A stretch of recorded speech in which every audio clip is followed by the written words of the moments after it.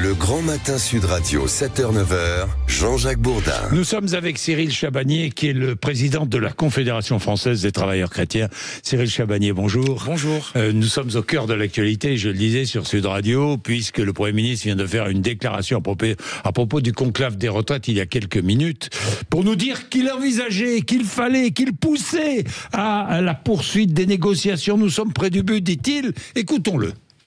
Je rencontrerai ce matin les organisations qui ont participé à ce travail pour rechercher une voie de passage dans l'intérêt de notre pays. Je me suis entretenu avec la plupart d'entre elles hier soir et je pense que ce principe pourra être accepté par elles. On sait bien que la difficile recherche des solutions nouvelles est une longue marche. Et que dans une longue marche, les derniers pas sont souvent les plus exigeants. Mais ce sont donc aussi les plus importants. Voilà, François Bayrou qui vous pousse. Vous êtes dans les négociations, Cyril Chabagnier. Oui. Il vous pousse à aller encore négocier ce matin. Est-ce que vous allez y aller ? Déjà, nous sommes républicains à la CFTC, donc quand le Premier ministre vous invite, vous y allez. Mais nous, en fait, on a tout mis sur la table et je crois que nos propositions étaient à la fois concrètes et raisonnables. Donc, hier, on a assisté à un jeu complètement ridicule du patronat qui nous font... Le MEDEF en particulier, qui nous font une conférence de presse à 14h30, une demi-heure avant le début du conclave, alors que c'était pas le rôle des numéros 1 d'être là à ce moment-là, et que nous, on joue pas des coups en douce par derrière, qui sont arrivés avec un texte où on avait des reculs par rapport à la fin de la négociation de mardi dernier. Et si on avait rajouté une date, c'est parce que justement on n'était pas, et là le Premier ministre n'a pas complètement tort, pas si éloigné d'un accord, et ça valait le coup de remettre. Et là on est reparti, même pas à zéro, on est reparti avec des reculs par rapport à mardi dernier. C'était d'un ridicule affligeant. Ce matin, oui, nous allons aller discuter sous l'égide du Premier ministre, oui. Mais nous demandons au MEDEF de faire l'effort nécessaire pour que ça aboutisse. Exactement. Jean-Jacques Marette, avec qui je salue le travail, qui est l'animateur de la négociation, a écrit un texte qui était plutôt mesuré, avec un texte de compromis dans lequel il y avait des avancées intéressantes, à la fois sur la pénibilité, à la fois sur la pension des femmes et sur l'âge d'annulation de la décote, c'est-à-dire au moment où vous avez une pension pleine et entière, même si vous n'avez pas la totalité de vos trimestres. Ce texte était un compromis. Il y avait encore quelques ajustements à faire, d'où la réunion d'hier.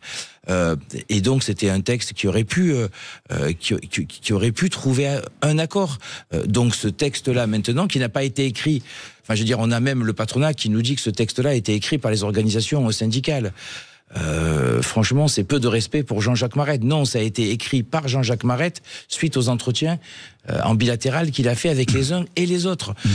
Donc, ce texte-là, si le MEDEF dit oui, il y a peut-être 2-3 ajustements à faire. Ça peut permettre peut-être d'avoir un accord. Mais maintenant, le dernier pas, il est au patronat. Donc, je dirais presque au Premier ministre que c'était plus utile de convoquer le patronat que de convoquer les organisations syndicales qui sont allées au bout de leurs propositions. Bon, vous n'avez plus de propositions nouvelles, pas de propositions nouvelles à faire. Il y a un texte sur la table. Maintenant, il faut que le patronat accepte ce texte. Il faut que le patronat accepte ce texte qui a été, encore une fois, le fruit d'un compromis, un texte écrit par l'animateur et non pas par les organisations syndicales. Oui, ça j'ai bien compris. François Bayrou vous force la main. Enfin, force la main, j'y reviens, force la main au MEDEF. C'est bien cela, Cyril Chabagnier. Mais de toute façon, il n'y aura pas d'accord si le gouvernement ne force pas un peu la main au patronat.